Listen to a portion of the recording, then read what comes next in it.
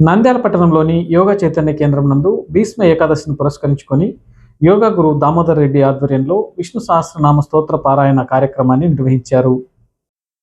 నంద్యాల పట్టణం టెక్కే భరతమాత గుడి వీధిలోని యోగా చైతన్య కేంద్రం నందు భీష్మ ఏకాదశిని పురస్కరించుకొని యోగా గురు దామోదర్ రెడ్డి ఆధ్వర్యంలో విష్ణు సహస్రనామ స్తోత్ర పారాయణ కార్యక్రమాన్ని నిర్వహించారు.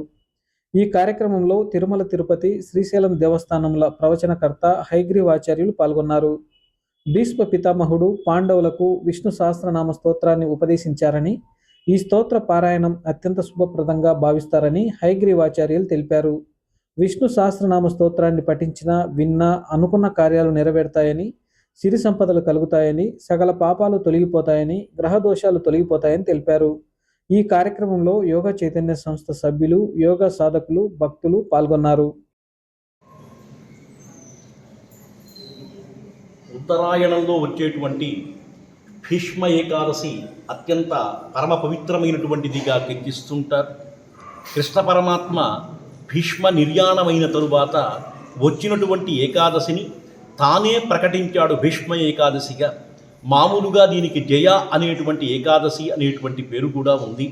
ఇటువంటి ఏకాదశి నాడు భీష్ముడు చెప్పినటువంటి విష్ణు సహస్రనామం ఎవరైతే పారాయణ చేస్తారో ఈ ఏకాదశి నాడు మిగతా ఏకాదశులు ఎన్ని ఉన్నప్పటికీ కూడా ఈ ఏకాదశి నాడు పారాయణ చేస్తే 1000 సార్లు చేసినటువంటి ఫలితం కలుగుతుంది అని చెప్పి మహాత్ముల యొక్క దివ్యవచనం కాబట్టి ఆ వచనాన్ని పాటించి ఆ మహానుభావుని యొక్క దివ్య స్మరణ చేసుకుంటూ భీష్ముని గురించి 2 విషయాలు చెప్పుకుంటూ విష్ణుదేవుని యొక్క దివ్యానుగ్రహం మనకు కలిగేటువంటి విధంగా యోగ చైతన్య కేంద్రంలో దామోదర కుమార్ రెడ్డి గారు ఏర్పాటు చేసినటువంటి కార్యక్రమంలో మనమంతా కూడా పాల్గొన్నాం.